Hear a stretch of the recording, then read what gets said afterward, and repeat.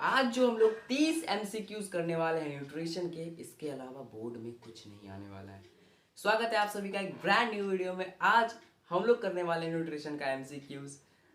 Basically हमको पता होगा पिछले दोनों पार्ट्स में हमने न्यूट्रिशन को खत्म किया था। आज उसके सुंदर सुंदर एमसीक्यूज करेंगे एंड इससे बाहर बोर्ड में कुछ नहीं आ सकता, ये बात मेरी गारंटी है।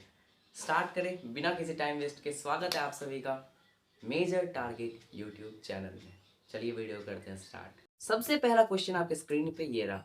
अच्छा, क्वेश्चन स्टार्ट करने से पहले आपको मैं ये बता दूं कि आपके जितने भी सही होंगे, एक सही हो, दो सही हो, तीन सही हो, जितने भी सही हो, इसमें 30 भी सही हो, तो नीचे कमेंट में जरूर बता दियो यार। बता दोगे ना? पक्का। चलिए स्टार्ट करेंगे। पहला क्वेश्चन है, which of the following are energy foods? इनमें से कौन सा एनर्जी वाला फूड है? कौन सा फूड जो हमको तुरंत इंस्टेंट एनर्जी देता है, मतलब एनर्जी देता है अच्छा खासा? Option A carbohydrate and fat, option B है proteins and mineral salts, option C है vitamin and minerals, option D है वाटर एंड रफेज। बताइए क्या होगा? कमेंट में बता सकते हैं आप। I reply to you. चलिए ऑप्शन ए इसका बिल्कुल सही आंसर हो जाएगा, carbohydrate and fat. Carbohydrate and fat जो है हम लोग को बहुत ज़्यादा इंस्टेंट एनर्जी देने का काम करता है। चलिए नेक्स्ट क्वेश्चन की तरफ बढ़ते हैं। In which of the following in which mode of nutrition does an organism derive food from another organism without killing it? ये मैंने आपको बताया था। क्या बताया था दोस्त? कि ऐसे ऑर्गेनिज्म जो किसी दूसरे एनिमल पे डिपेंड होते हैं और उससे न्यूट्रिशन लेते हैं बिना उसे मारे हुए, उसे हम क्या कहते हैं? ऑप्शन ए है सेपरोट्रॉपिक न्यूट्रिशन, ऑप्शन बी है पैरासिटिक न्यूट्रिशन, ऑप्शन सी है holozoic nutrition and option D है ऑटोट्रॉपिक न्यूट्रिशन। बताइए इसका सही जवाब। इसका सही जवाब होगा दोस्त पैरासिटिक न्यूट्रिशन। क्योंकि पैरासिटिक न्यूट्रिशन में होता क्या है, बिना किल किए हुए उसे न्यूट्रिशन लेते हैं। अरे मच्छर याद आया? कुछ आया आया मच्छर होता था। चलिए ऑप्शन नंबर थर्ड और क्वेश्चन नंबर थर्ड पे आते हैं। The mode of nutrition found in fungi is?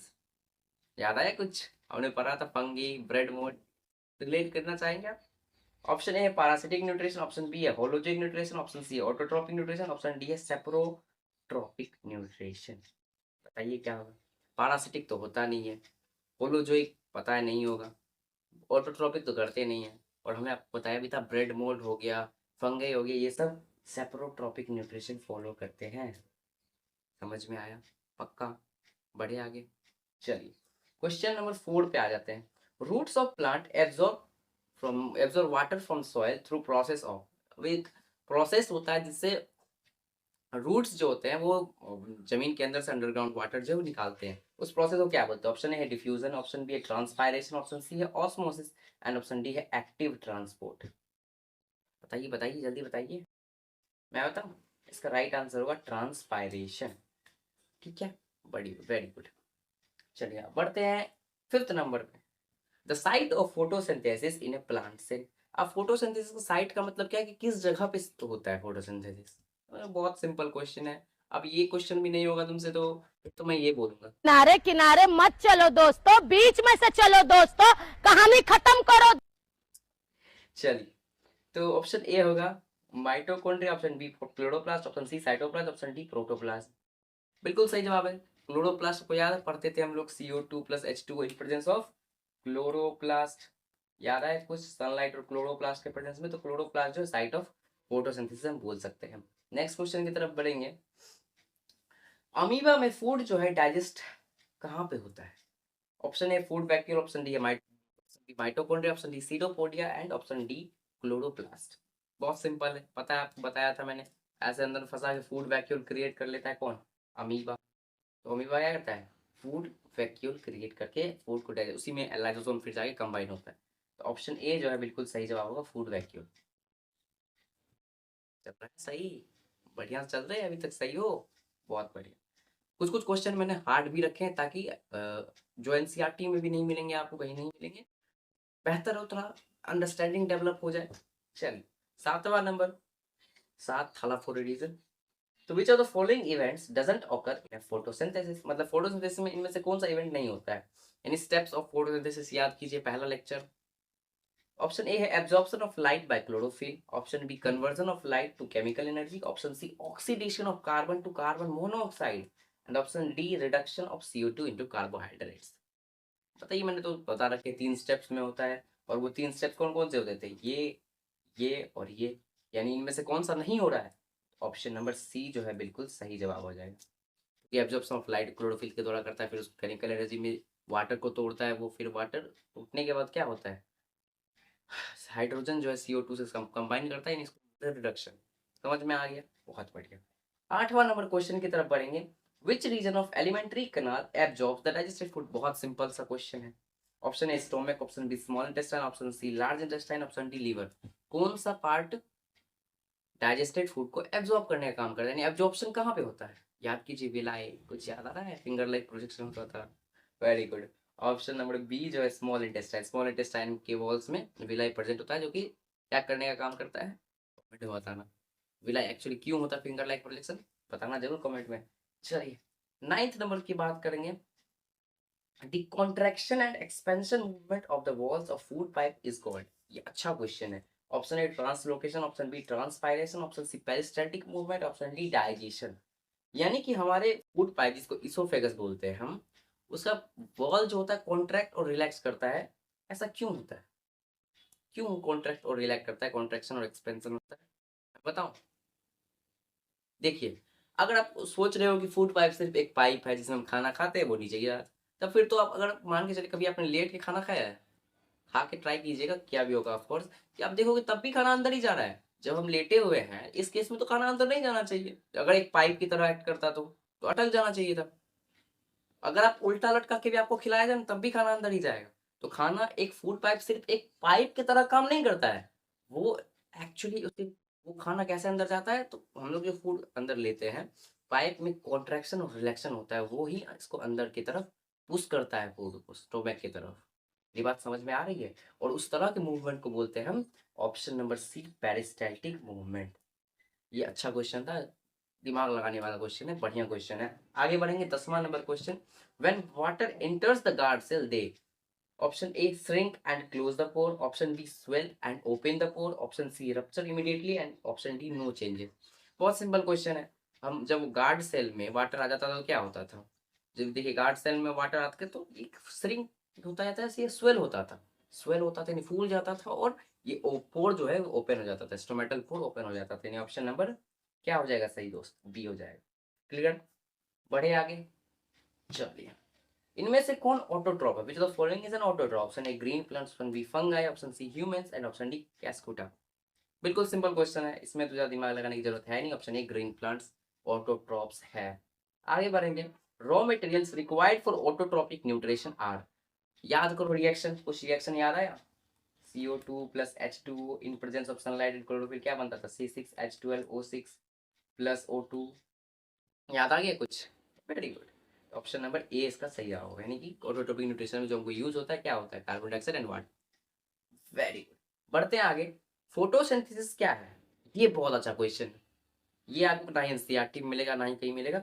Option A catabolic process, option B anabolic process, option C amphibolic process, option D none of these. अच्छा question है, जवाब दीजिए comment में। दे दिया, वेरी गुड।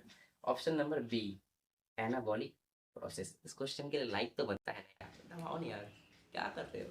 चलिए, ऑप्शन नंबर क्वेश्चन नंबर 14 की तरफ बढ़ते हैं।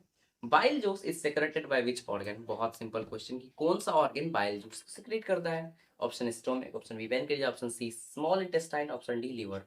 वेरी इजी क्वेश्चन, लीवर जो है इसका राइट आंसर हो जाएगा। बाइल जूस लीवर ही निकालता था।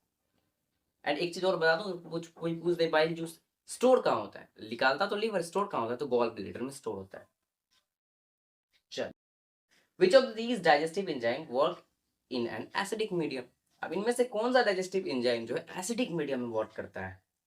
ये याद करो, बताया था कुछ, गैस्ट्रिक ग्लैंड्स, गैस्ट्रिक जूस, थोड़ा थोड़ा याद आ रहा है क्या? Option A option A trypsin, option B pepsin, option C amylase, option D lipase. Simple question है। पेप्सिन, वो पीने वाली पेप्सी की बात नहीं कर रहा हूँ मैं, याद आया कुछ? पेप्सिन की बात कर रहा हूँ, जो निकलता था प्रोटीन डाइजेस्ट करने का काम करता है, और HCl भी निकलता था ताकि एसिडिक मीडियम उसको प्रोवाइड किया जाए। वेरी गुड, समझ में आ गया। चल, 16th नंबर क्वेश्चन पे हम आ चुके हैं अब।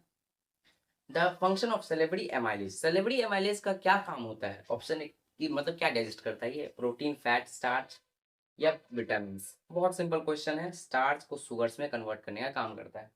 नेक्स्ट क्वेश्चन की तरफ बढ़ा जाए। चलिए, the inner lining of stomach is protected from HCl by, ये भी मैंने बता रखा है भाई। ऑप्शन ए पेप्सिन है, ऑप्शन बी म्यूकस है, option C saliva, option D bile. मतलब हमारा स्टोमक का वॉल होता है उसको बचाने का कौन कौन करता है HCl से? म्यूकस। तो ऑप्शन नंबर बी बिल्कुल सही हो जाएगा। बढ़ते हैं आगे। Emulsification of fats.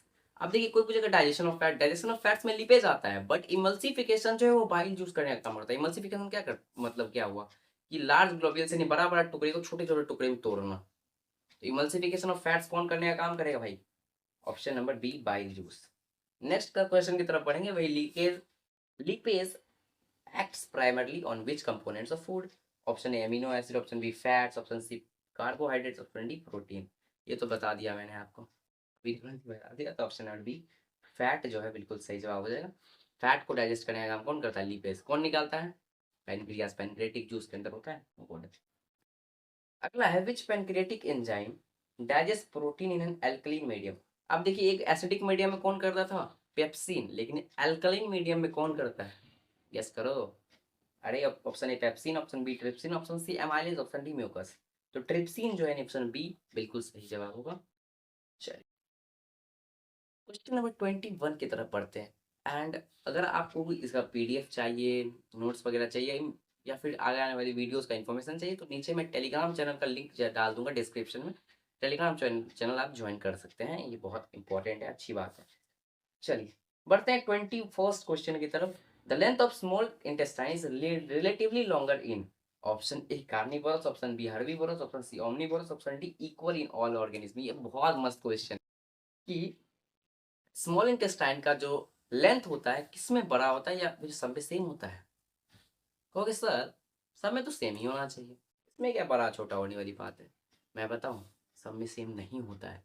अब गेस करो आप क्या करोगे, अगर आपको पता है जल्दी इस कमेंट में आंसर दीजिए। चलिए अब मैं बताता हूँ आपको।